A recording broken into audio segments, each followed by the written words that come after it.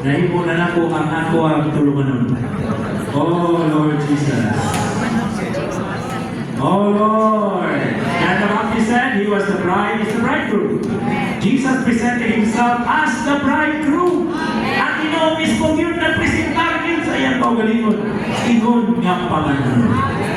At the end of the Bible, we have the term, the wife of the Lamb. Amen. So mga believers, hallelujah, eventually, we will become the wife of the Lamb. Number 2, the Lamb of God is the Redeemer. But the Lamb who took away our sins on the cross is also our bridegroom for the marriage. Sa cross, kundino siya. Pero sa kasal, pamanunan siya. Amen. Letter D, in the presence of the bridegroom, fear is non-existent. Wala na ikahadlok. Amen? Kung nahadlok ka sa presensya sa Ginoo, that means abnormal ang imong relasyon niya. Kaya kung normal, dapat hindi ka mahadlok. Amen, mga ikon? Dapat malipay ka sa iyang presensya. Kaya naman, uy, pamanunan ko na ito. Isa may mga saunon na di malipay sa iyang pamanunan. Gawas na kong kwartaray mo biyabas. Naminiyok ka tungkol sa kwarta. O di ba aron ka makabisa, may ukang US citizen. Pero bisan pa, amen?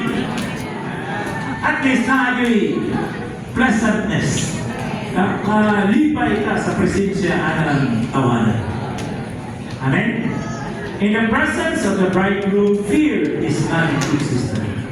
When we touch the Lord's presence, touch Him as the bridegroom. We touch His loveliness. Huwag ba ito amin? Amen. Pinoon ba? Kaya mo doon mo Ginoo, nagtandog ninyo ang iyang pagka-iligumao. His sweetness. Amen. His freshness. Amen. He is so lovely. Amen. Praise you, Lord. Mabubukas din kanya mo doon. Amen. Full of loveliness. Amen. Full of sweetness. Full of freshness. Amen? Amen. Mas malaway ba yung asawa niyo? Mas malaway ba yung bana? Pero ang Ginoo, wala yung sinuwigin niya, isumbo nga kanan sa Ginoo. Kaya ang Ginoo ay maminaw na di cute sa putol. Amen? Amen? Full of loveliness, sweetness, freshness. Dapat ingani ang atong experience. And we should never leave His presence until ato ni mabati. Kung hindi mo lang lamo-lamo na imong time with the Lord, malapit ka. Amen? Magpuyong ka sa kapatid. Pakita sa kinabuhi. Amen. Pakita sa atong pamilya. Pakita sa church life. Pakita sa trabaho.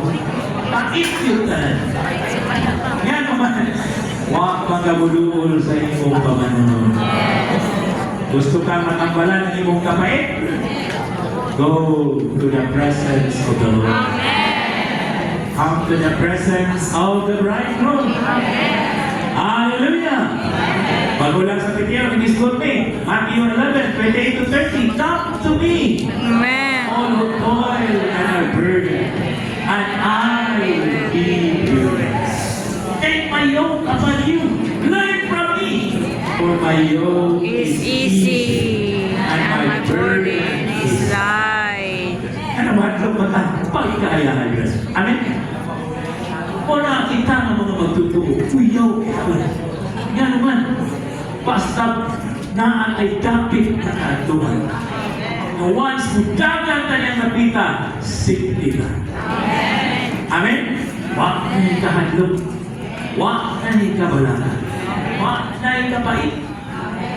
Sa mga napita, ang presensya sa ating bridegroom.